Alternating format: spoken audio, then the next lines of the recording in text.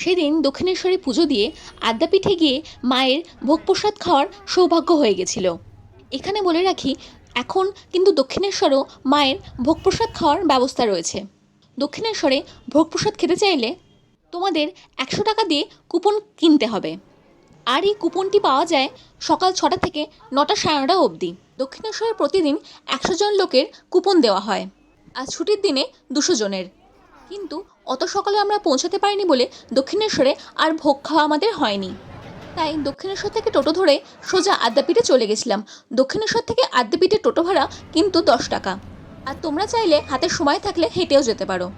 আদ্যাপীঠে পৌঁছে মন্দিরের অফিস থেকে ভোগের কুপন নিয়ে নিয়েছিলাম, যার দাম ছিল 80 টাকা।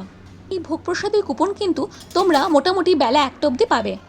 প্রসাদে ছিল পোলাও, বেগুনি, ভাত, 2 রকমের তরকারি, খিচুড়ি, চাটনি আর পায়েস। আর প্রসাদ তো খেতে অমৃতই হয়।